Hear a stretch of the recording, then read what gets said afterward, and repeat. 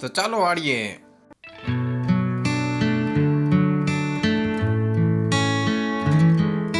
તો જીવાના જોડા પહેરી લીધા છે, ચાલો વાળીએ. કાલ તો આપણે પાયો કર્યો તો આજે જો અહીંયા માથે ચણવા માંડવાનું છે. આ માલ તૈયાર છે ને હવે ચણવાનું ચાલુ કરવાનું છે. દોરી બોરી માપીને આપણે હે ને હવે માલ બનાવવા માંડી. તો હાલો માલ બનાવવા.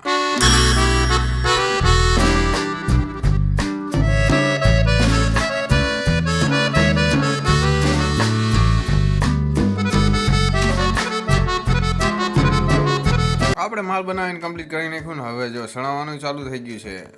અને એટલા માણસો હતા એટલે કે વધી પડે એટલા બધા હતા. એક માલ પતાઈ દીધો હવે બીજો શરૂ કરવાનો છે.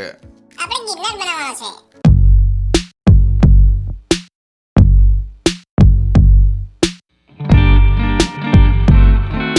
10 વાગ્યાની ડિશેસ પડી ગઈ તો પપૈયું મોરી નાખ્યું ને આપણે તો પપૈયું દાબવા માંડ્યા. ત્યાં તો ભીમભાઈ એને તો કેરી મોરી નાખી, ઓર્ગેનિક કેરી. ભીમભાઈની વાડીની જ કેરી છે. આપને તો કેરી ભાવે નહીં તોય છતાં એ ઓર્ગેનિક હતી તો આપણે એક સીધા લાડવા હોતા આવ્યા હતા તો આપણે લાડવાની દાજ કરી. ત્યાં તો કારો ભમર મીછી આવી ગયો છે. જોઈ લ્યો મીછી, આને કહેવાય પાંદડીઓ વીછી. એની ભૂખ લાગી ગઈ લાગે.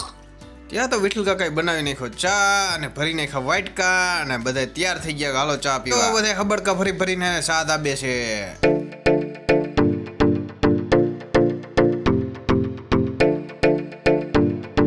તો હાલો પ્રસાદી લેવા. હુખડી અને સૈસની પ્રસાદી થોત આવી ગઈ. એક ટીપણાની જરૂર પડી તો હું ટીપણું લઈને ગયો વાળીએ. ગોખલા મૂકાતા ને ગોખલા આગેથી તો સરસ મજાના ફૂલડા દેખાતા હતા.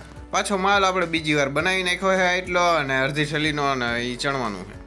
તો વરસાદ ચાલુ થયો, હવે શું કરશું?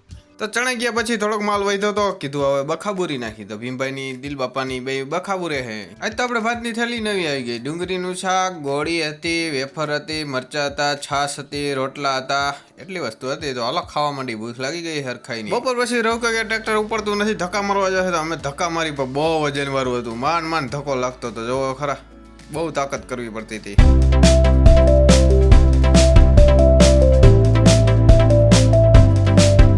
પાછો બપોર પછી આપણે માલ બનાવી નાખો ને હવે પાછા બેલા ઉપર થર મારવા જ માંડવા છે. ઢાર્યું આજ કમ્પ્લીટ જ કરી નાખવું છે, ખાલી પતરા ચડાવવાનું જ કરી રહે.